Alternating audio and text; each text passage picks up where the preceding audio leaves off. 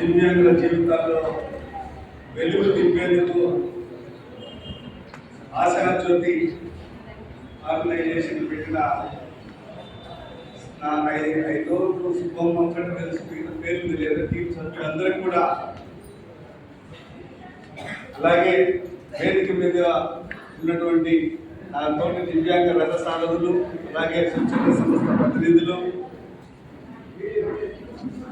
నా ముందుండేటువంటి నా సామాజిక వర్గానికి, దివ్యాంగ సామాజిక వర్గానికి ప్రతి ఒక్కరికి పేరు పేరున హృదయపూర్వక 65వ అంతర్జాతీయ దివ్యాంగుల దినోత్సవ శుభాకాంక్షలు తెలియజేసుకుంటూ,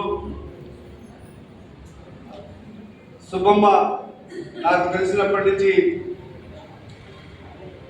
ఈ చిత్తూరు జిల్లాలో అనేక నియోజకవర్గాల్లో మీటింగ్స్ అటెండ్ అయినప్పుడు సుబ్బమ్మను ఒక సామాన్య కార్యకర్తలాగే గుర్తించుకోవాల్సిన కొన్ని పరిస్థితి చూస్తాము.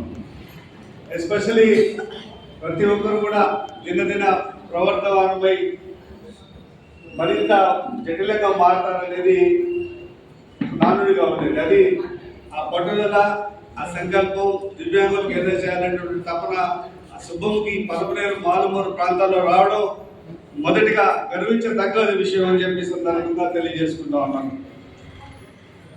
సోదరులారా, ఇది ఒక సంవత్సర కాలంలో ఈ నెలలో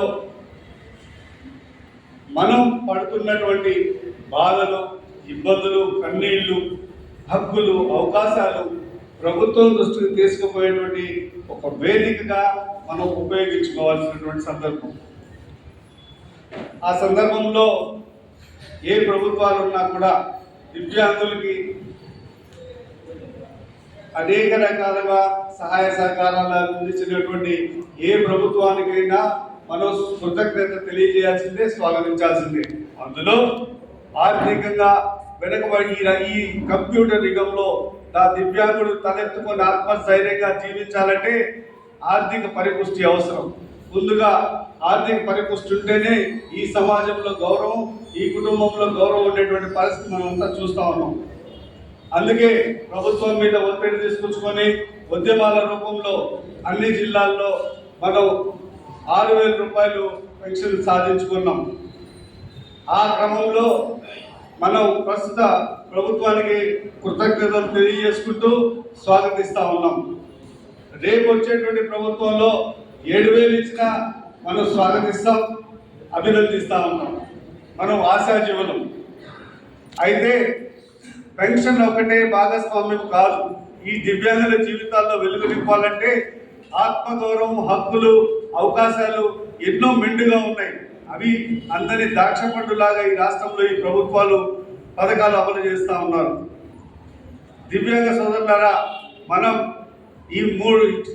ఈ కాలంలో, ఈ నెలలో వారోత్సవాలలాగా మనం అన్ని రాష్ట్ర వ్యాప్తంగా తిరుగుతూ ఉంటాను. నేను ఆ రాష్ట్ర వ్యాప్తంగా అన్ని జిల్లాల్లో చేసేటువంటి కార్యక్రమాల్లో మన యొక్క సమస్యలను ప్రభుత్వం దృష్టికి తీసుకుపోయేటువంటి దిశగా ప్రయత్నం చేస్తూ ఉంటాం.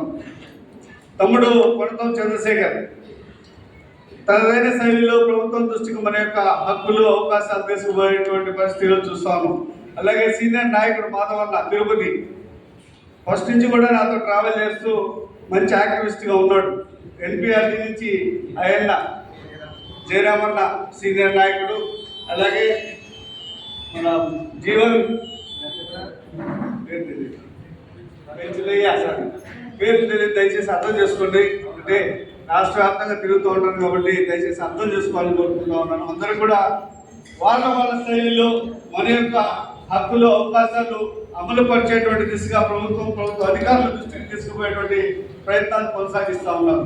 అందరి సమిష్టి కృషే ఈరోజు దివ్యాంగులను ఈ రాష్ట్రంలో గుర్తించుకొని ప్రభుత్వాలు గుర్తించి ఈరోజు పెన్షన్ అమలు చేసేటువంటి పరిస్థితి ఈరోజు మనం తీసుకొచ్చుకున్నాం అని చెప్పి సందర్భంగా తెలియజేసుకుంటా ఉన్నాం. అలాగే విద్య, వైద్యం, ఉపాధి, రక్షణ రంగాలలో మనకు రావాల్సినటువంటి న్యాయబద్ధమైనటువంటి సుప్రీంకోర్టు ఇచ్చినటువంటి హామీ మేరకే రిజర్వేషన్లు అమలు చేయమని చెప్పి ఈరోజు ప్రభుత్వాన్ని కోరుతా ఉన్నాం. విద్యలో అవుట్సోర్సింగ్ విధానాల్లో అనేక డిపార్ట్మెంట్స్లో అవుట్సోర్సింగ్ చేసుకుంటూ పర్మనెంట్గా చేయక ఈ రోజు కూడా ఇబ్బంది పడేటువంటి పరిస్థితిలో చూస్తూ ఉన్నాం. వాళ్ళందరినీ కూడా నారా లోకేష్ గారికి ఈ వేదిక మీద విజ్ఞప్తి చేసుకుంటా ఉన్నాం. రాష్ట్ర వ్యాప్తంగా ఉండేటువంటి అన్ని department out sourcing contract basis లో ఉండేటువంటి దివ్యాంగ సోదరులందరినీ కూడా బేషరతుగా పర్మనెంట్ చేయాలని చెప్పి సందర్భంగా డిమాండ్ చేస్తా ఉన్నాను. అందులో భాగంగానే సదరన్ సర్టిఫికేట్ల విషయంలో సమాచారం లోపం ఎంతో ఉంది. మా దివ్యాంగ సోదరులకు సర్టిఫికేట్లు ఎలా తీసుకోవాలా, ఎలా దాన్ని పొందాలా, తప్పులుంటే ఎలా సరి చేసుకోవాలా అనేటువంటి చాలా గ్యాప్ ఈరోజు చూస్తా ఉన్నాం. అందుకే సదరన్ సర్టిఫికేట్ల విషయంలో ప్రభుత్వం చొరవ చూపి దివ్యాంగుల కోసం ప్రతి జిల్లాలో కమిటీ వేసి వాళ్ళని ఇంప్లిమెంట్ చేసేటువంటి దిశగా ఖచ్చితంగా చొరవ చూపాలా అని చెప్పి సందర్భంగా తెలియజేసుకుంటా ఉన్నాను.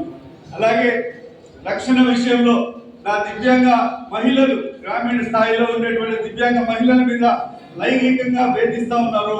ప్రభుత్వ ఉద్యోగుల మీద లైంగికంగా వేధిస్తూ అత్యాచారాలకు గురి చేసేటువంటి ప్రస్తుత సమాజాన్ని మనం పేపర్లలో మీడియాలో చూస్తూ ఉన్నాం.